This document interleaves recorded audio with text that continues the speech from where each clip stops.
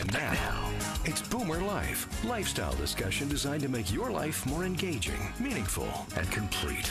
Celebrating the baby boomer generation, this is Boomer Life on CISL 650.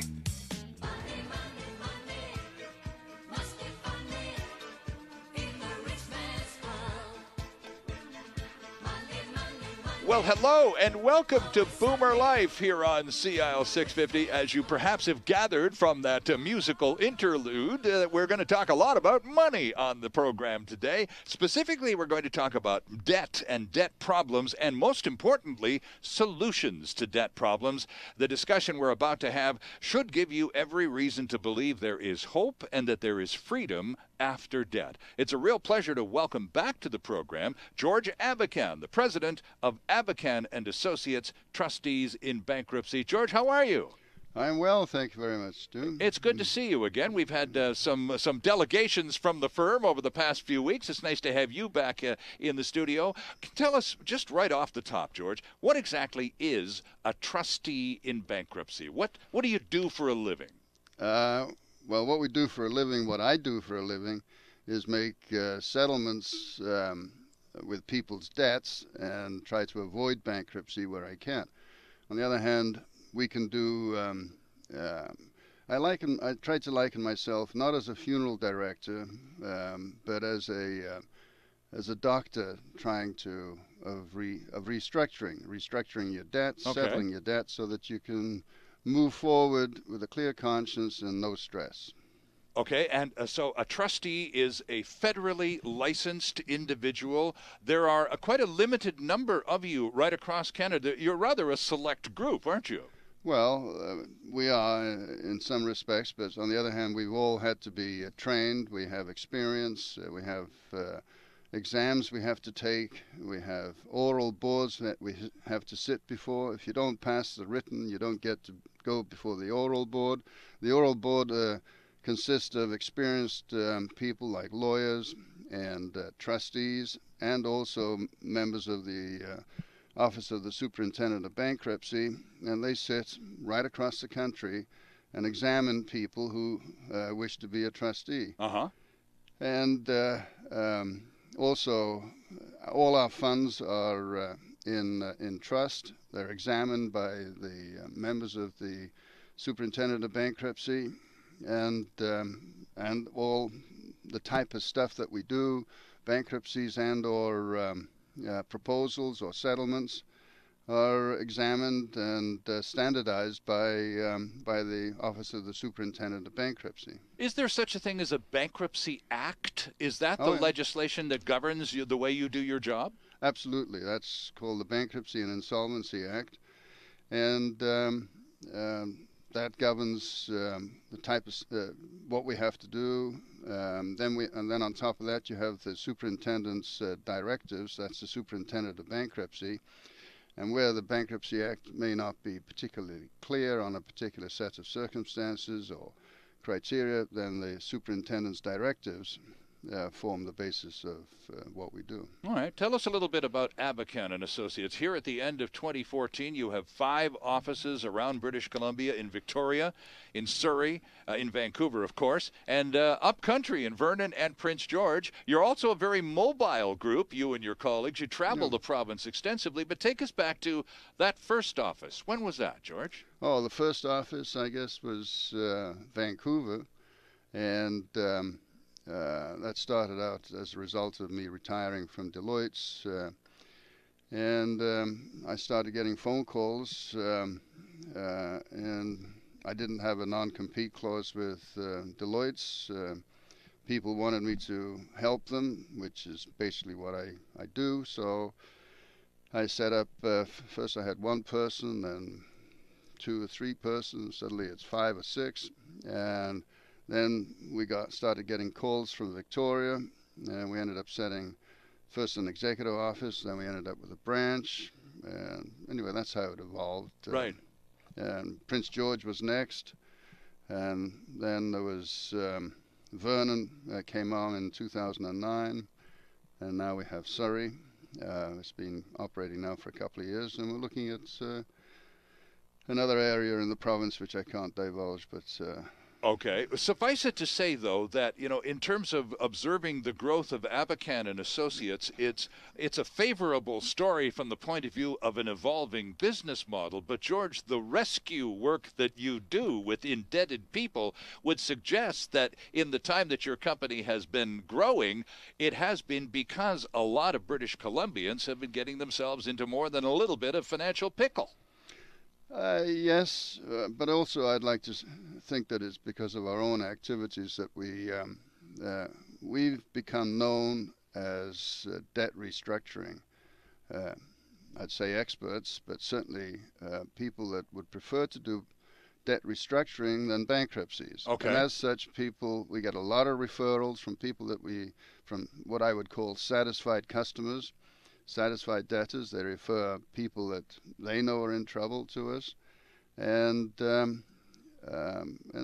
probably 20 to 30% of our business comes that way. Interesting stuff. Now, we'll talk about the various avenues available to indebted individuals to sort themselves out and sort their lives out as we progress. But I wanted to come back to just the whole matter of being a trustee in bankruptcy. What is the difference, George, between you, a trustee in bankruptcy, and a credit counselor? What would the essential difference between the two of you be? I think the essential difference is that we operate under a federal law. Okay. We're appointed under federal law, and we are actually federal officers, and we can actually force, or not force, but push settlements whereby credit counselors don't have that power, don't have that authority. They have the authority from whoever they represent as creditors. They generally represent banks, from what I can gather, and other people that they have relationships with. But in our case, all creditors have to be dealt with, and by and large, on the smaller type of proposals, etc., we need 45 days and 50% of the creditors. If the 50% of the creditors agree, then they're locked in. Now that means that Revenue Canada can be locked in. Any other creditor that disputes it, for instance, let's say we have a proposal or a debt settlement restructuring at 25 cents on the dollar, and some creditor, some credit card company wants 35 cents. Well, if the other creditors all agree at, or 50% of them agree at 25 cents, that's what the deal is. Okay. Now, are credit counselors capable of producing the same sorts of arrangements, or is this the domain exclusively of the trustee? I believe it to be the exclusive domain of ourselves. Right. I think credit counselors can get individual creditors to agree at less than 100%. I think they can get interest for forgiveness or reductions of interest. Right. But they can't get across the board cancellation of debt at the levels that we can. Okay. Well, it's important to understand because there's a lot of information out there that those of us on the receiving end are still trying to sort it out, and some of the jargon, some of the terminology can be a little confusing. So, talk to us a little bit, if you would, George, please, about those avenues of recourse. Oh, but first of all, in the matter of counseling. In the course of discharging your responsibilities and duties as a trustee, one of those is providing counseling, financial counseling, to your clients, isn't it? Exactly. Part of the process is that a debtor, a person that actually does a debt restructuring, and or if he goes bankrupt, or he or she goes bankrupt, they have to undertake counseling. That's part of the package? And that's part of the package. Okay. It's part of our fee. And our fee, as I say, is not paid up front. It's paid during the course of the proposal as the payments are made. And there are 2 counseling sessions that take place, one generally about 2 months into the bankruptcy and or proposal or the debt settlement, and one around 8 months. And we supply the credit counselor. And what that involves is sitting with the credit counselor and understanding debt and how to handle debt on an ongoing basis. And but as I say, it's part of the fee, and it's also mandatory. Right. Now let's talk about the options available to someone who is, shall we say, sinking rapidly in debt. The nose is barely above water. Circumstances have been turned rather bleak, and the phone calls are happening. The letters, life isn't much fun anymore, and you've really hit the sort of the end of your tether. And I'm sure you talk to people like this literally every day you go to work.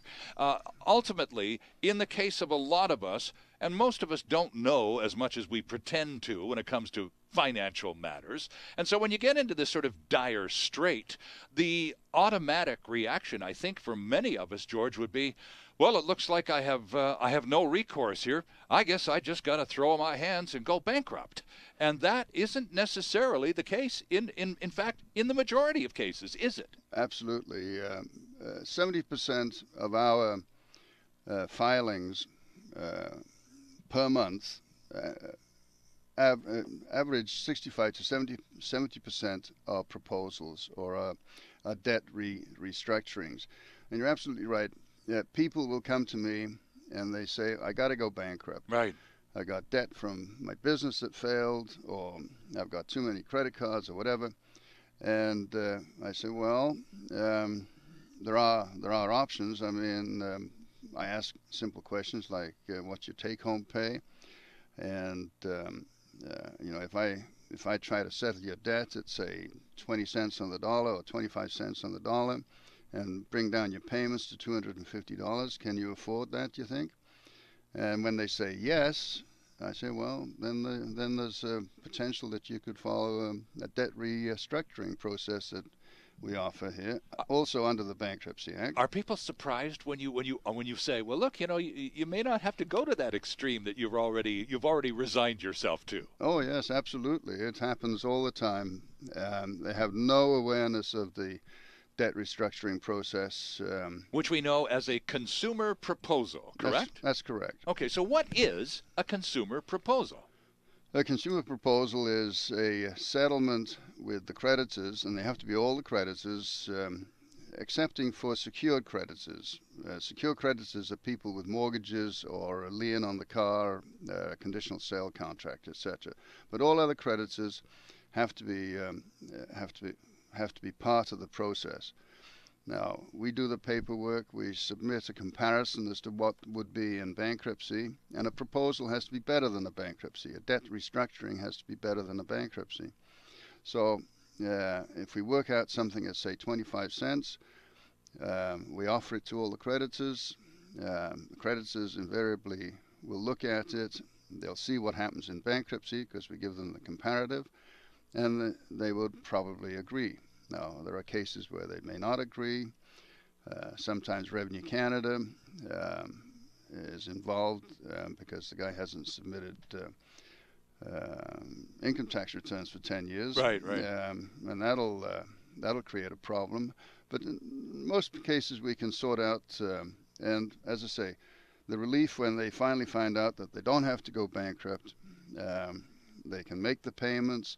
They can also prepay the payments as they go down the route of making the proposal or making the debt restructuring payments, and be out and reestablishing the credit a lot earlier. Interesting stuff. And as you say, I'm sure in many instances the relief is not only visible, it's palpable. You watch a person transform right before your very eyes. Seriously? You mean I can do something else other than just go crashing into bankruptcy? Well, I give them the option. I say, if you can afford to make the payment, I would recommend you do the proposal. And if things get better down the road, then you can prepay it.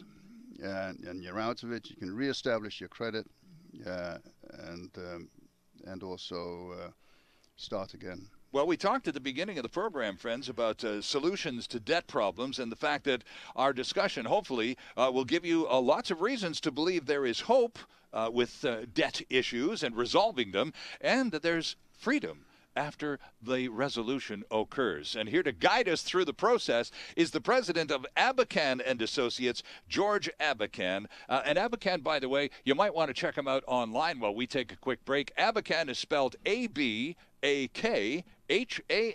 and it's Abakhan.com. And we're back with lots more on Boomer Life in just a couple of minutes. Celebrating the baby boomer lifestyle. This is Boomer Life on CISL 650.